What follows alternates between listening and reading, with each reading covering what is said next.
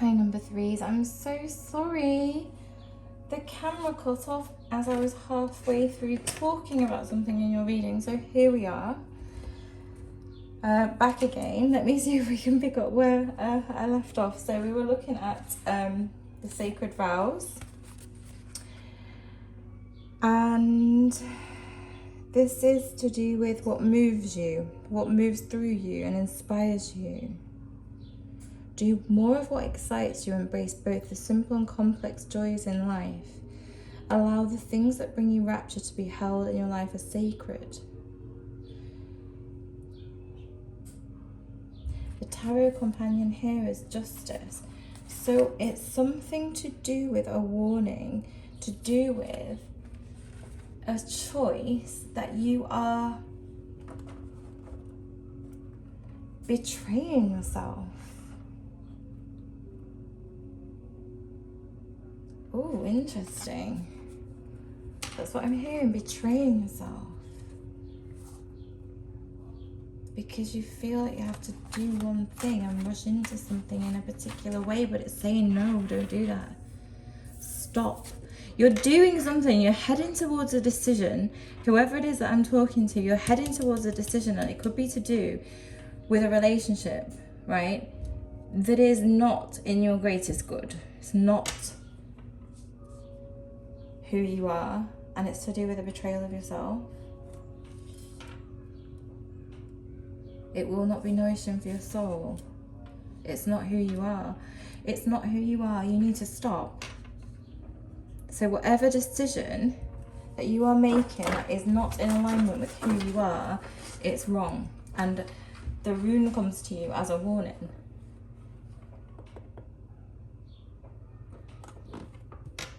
Say no, wait. The pace must abate before it's too late. You're being protected by the wolf and by the lion. So you have got your guides stepping in now to bring you a warning and say you've got to stop. What's it about? Who am I talking to?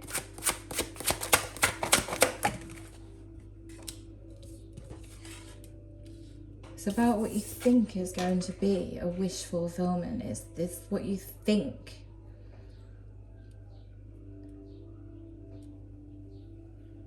Is going to be good, but it's not.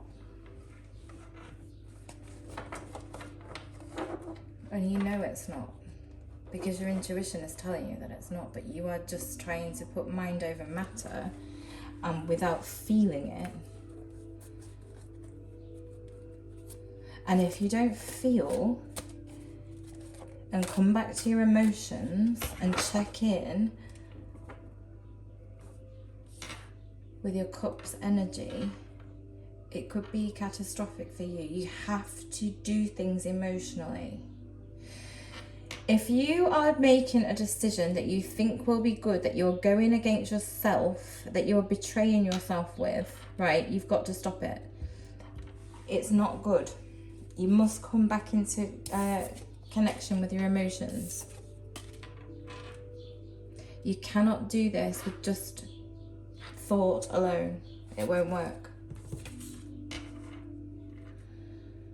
So stop, please. Whatever you're doing that you're not emotionally connected to, whoever I'm talking to, whatever it is that you're not emotionally connected to, you need to stop, please. That's the message there. My goodness. Anything else?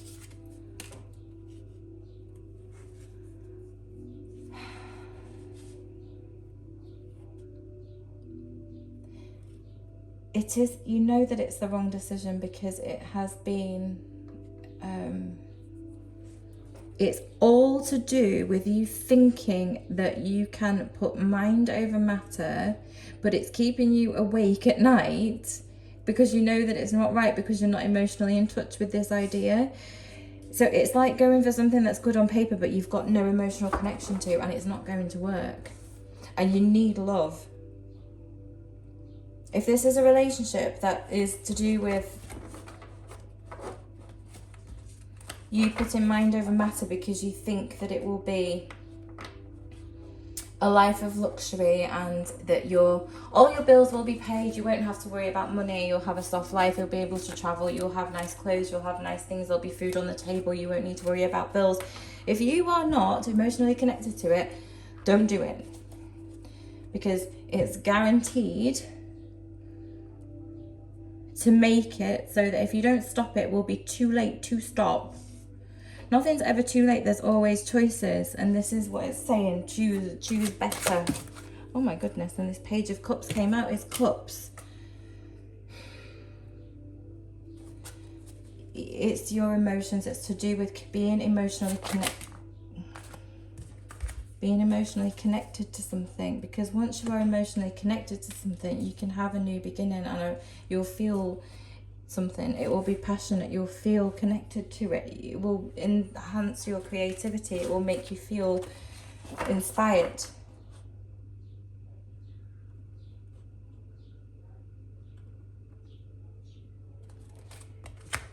But if you keep pretending to be something that you are not, and just being in this Swords energy,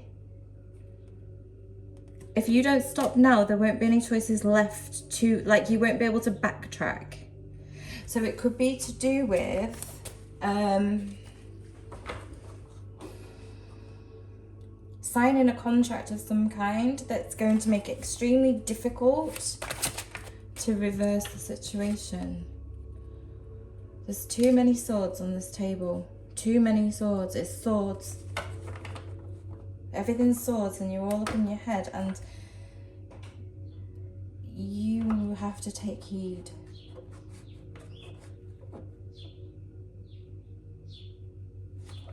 Because it's not going to be what you thought. The Tower flipped. It will send things crashing down around you quicker than you could say. Well, give me a saying. Quicker than you could say Knight of Swords. Right.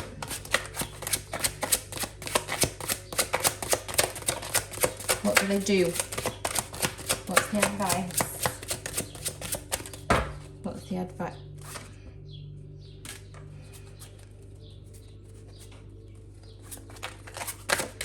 You need to get out. You need to use whatever resources that you have available to you. You do have resources available to you, and you need to get out of the situation that you're in. Why are you not doing this? Because you think that maybe it was okay at one point, and that you could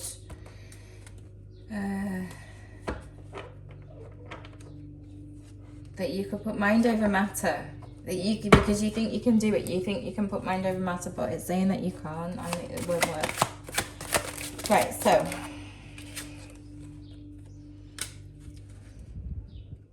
don't be afraid, because once you make this decision, the wheel will spin for you. That means your destiny will find you how it's supposed to, but at this moment in time, the wheel needs to spin all the time, right? Nothing can stay the same forever. By choosing this, whatever it is that you're choosing, and putting your mind ahead of your emotions and your intuition and your creativity and your passion and your desires for something that lives in your head, for something that will cause you some kind of conflict and chaos, something that you have to be protected from it. But by not acknowledging anything else, you're stopping the wheel from spinning for you. So what blessings will come in for pile 3 when they do move away from the situation? What blessings will come in? What blessings will come in? You'll get growth. You'll feel abundant again. Ooh. You'll feel abundant again. You'll feel creative. You'll feel passionate. You'll feel some kind of partnership or ability to work with other people. You will probably start to see your friends again. You'll probably go out. You'll celebrate things. You'll feel happy. You'll have passion and joy and a smile on your face, and you'll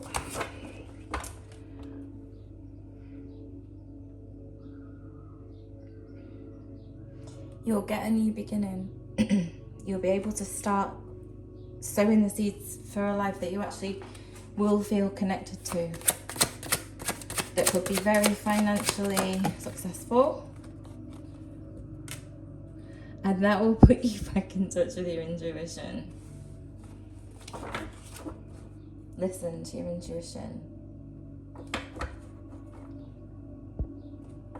Listen to your intuition, please. I want to read a gate. What if, instead of putting yourself at the center of your spiritual practice, you put God, Goddess, or nature at the center? You need to come out of your head, and you need to think and allow your intuition and your gifts to come.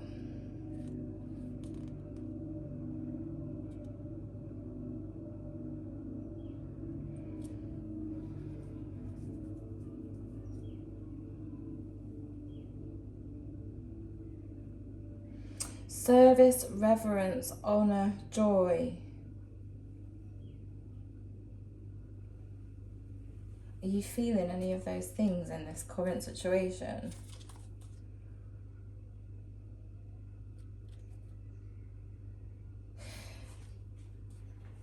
Right, listen. Agape can also be felt as an overwhelming love of family, partner, community. Recognize it by a deep swell of gratitude. You can't recognize it because there's nothing there. And it's calling you back to it. You need to feel your feelings. There's no swell of gratitude. There's no swell of anything. There's no feeling. You know those feelings that you get inside? The tingling feelings, the moments where you just feel so full. Yeah, they're not there because you're in your head. You're not listening to your intuition. You don't feel anything. It's all thoughts, no emotion, all in your head. It's not. You've got to stop. Because when you do, happy ever after. I don't mean that as in you have to be married to be a happy ever after. With the Four of Wands, it just means that you could have some kind of stability, and it could be you could unite your emotions and your creativity and your passion and your intelligence and your emotions and all of those nice good things that make us humans, right, will be brought into balance with the Four of Wands, and it will be steady and it will be stable, and you will feel a sense of calm and stability in yourself. And don't worry about that wheel spinning, because it's not gonna get you to land. It's not gonna get you to land anywhere that's not gonna be beneficial for you. Because look, you've got the Ace of Coins, so you've got another ace, a new beginning.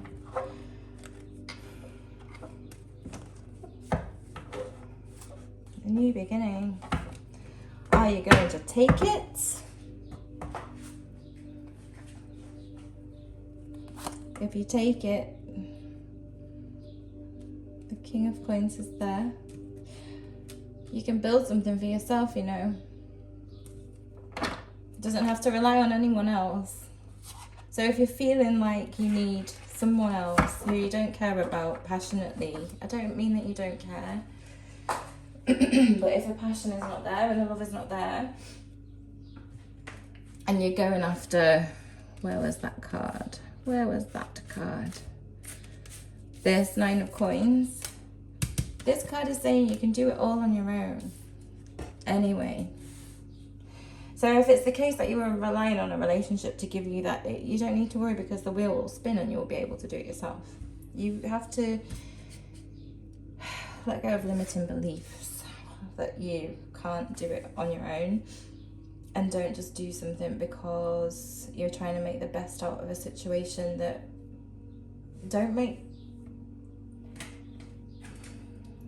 when your head and your heart are not in alignment, that's when things go wrong. If you would listen to your intuition, you'll know when everything feels right, and that's when things happen for you, and that's when that wheel can spin. But when you're ignoring it and you're doing things, rushing into decisions without thinking about the consequences of what might happen later down the line, it might seem a good idea now, but later down the line, how happy are you going to be?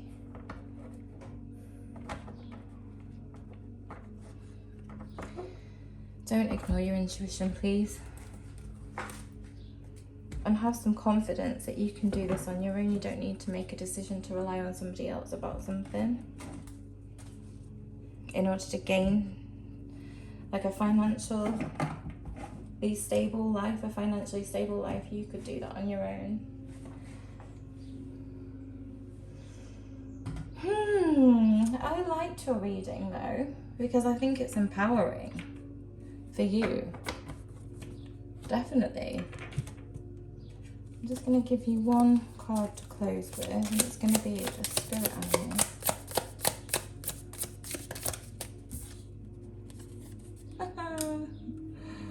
You are the unicorn. You have power. You have your own power. You know that you can do this. I'm going to read this to you. You need to listen to your intuition, because you have the power to do everything yourself anyway. Excuse me, you don't have to rely on anyone else because you're magic. You need, oh my goodness, I can't even make this up, and I put it on top of the High Priestess, but listen to this. Let me put these two cards side by side. It's difficult to see, hear, or think of a unicorn without immediately questioning if it's real. Did they ever exist? Perhaps long, long ago. The mind answers maybe, or it could be, or no way. This very contemplation explains our relationship with divinity and encapsulates our wavering belief in the unicorn. We wonder what divinity is. We wonder where our intuition comes from and if we can really trust it. We think about a higher power and our mind hesitates between yes, no, and maybe. Is it male or female? Does it have a name? Is it just a feeling? The unicorn card appears and wakes us up to curiosity about the higher self and the divine. It's a card of questioning, exploring, and contemplating the inexplicable. The mind's eye knows there is something beyond our day-to-day lives, a deeper dimension to our experiences. The mind's eye reaches and reaches and reaches out to grasp something more. You are the unicorn and you have begun your quest for answers.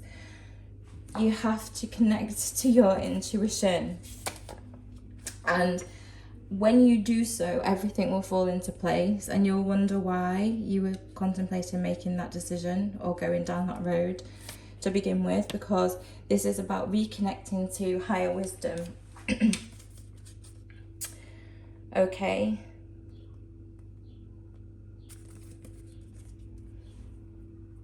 There's a divine plan for you. You have to allow the wheel to spin. So stop putting the brakes on by making a decision that you know is not in alignment with your heart, soul, intuition. Don't make that decision. The wheel needs to spin. Okay, that is what I have for you. Pile number 3. Thank you so much for being with me. If you enjoyed your reading, please let me know in the comments how it resonated, or give me a thumbs up or a like. Subscribe if that's how you feel called to do. Otherwise, I will see you next time. Thank you. Bye.